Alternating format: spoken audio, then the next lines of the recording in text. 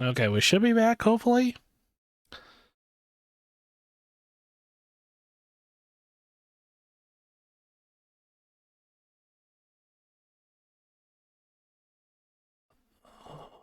Hold on. I wonder if...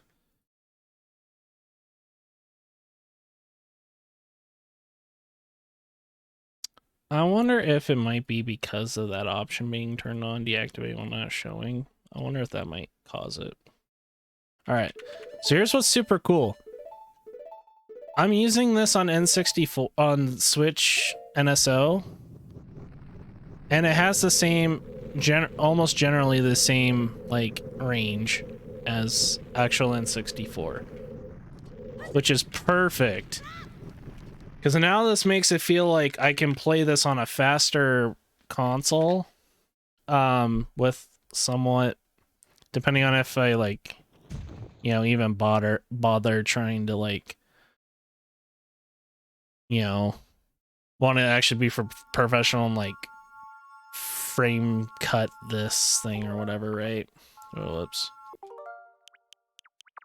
That's actually the other thing too, is like I can make practice saves in on this version and be perfectly fine. I am like super stoked. I need to get the right you know, item swaps. That's like super sick. Like I was able to, okay, that's create load.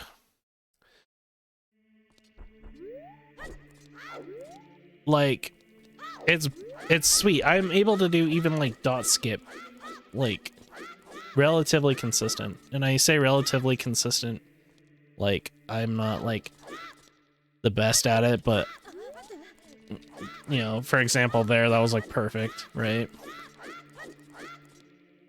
But yeah, like I'm super excited for this. I'm like, I'm thrilled that this is working. Hold on. 1, 2. Okay. There's still like a little bit of stuff coming through.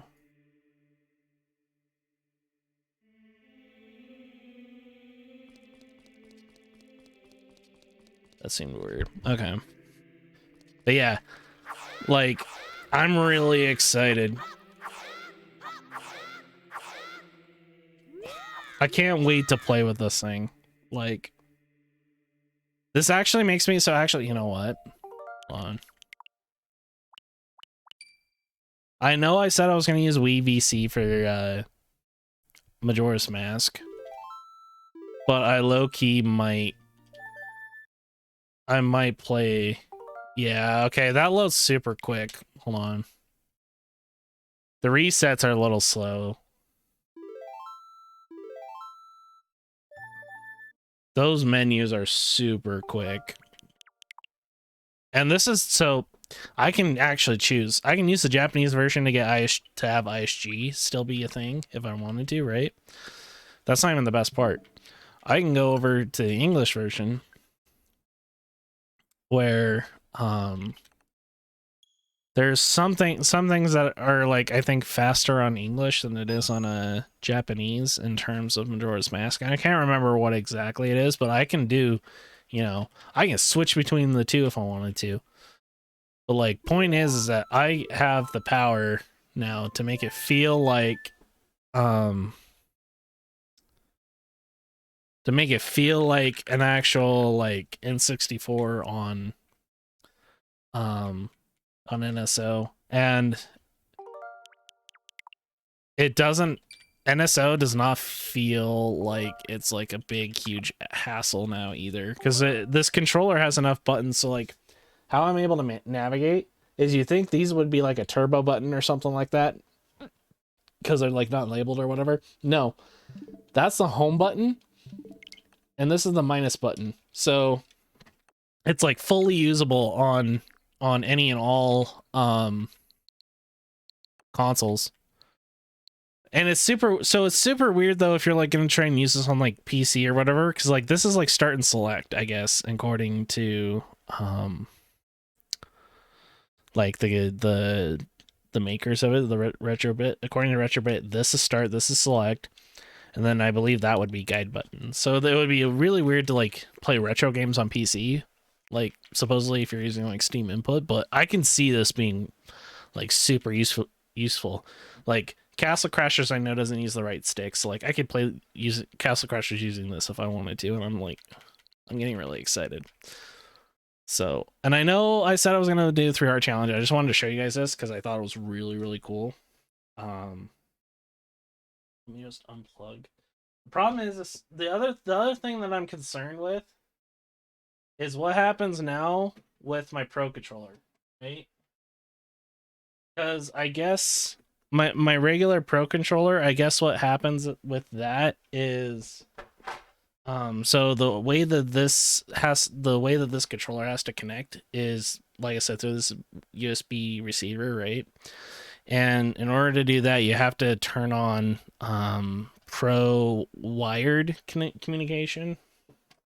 So I don't know if my regular Pro. Oh, okay, it still does. It still does do wireless. Okay, that was something I was worried. I wasn't 100% sure because I tried that option like when it first came out, but I wasn't 100% sure if that was like if it meant that I couldn't use it wireless still. That's good to know. Okay. Um but yeah, like I'm really excited for this. Like only issue is I need to find a way to store the USB receiver. I guess the N64 receiver I can store that for now, but the problem is like it's super loose. I don't know. Maybe.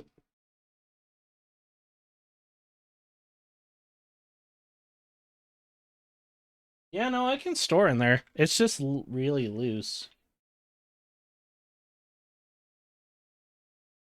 Like I'd have to be like super careful, but it can store. The USB receiver can be stored in the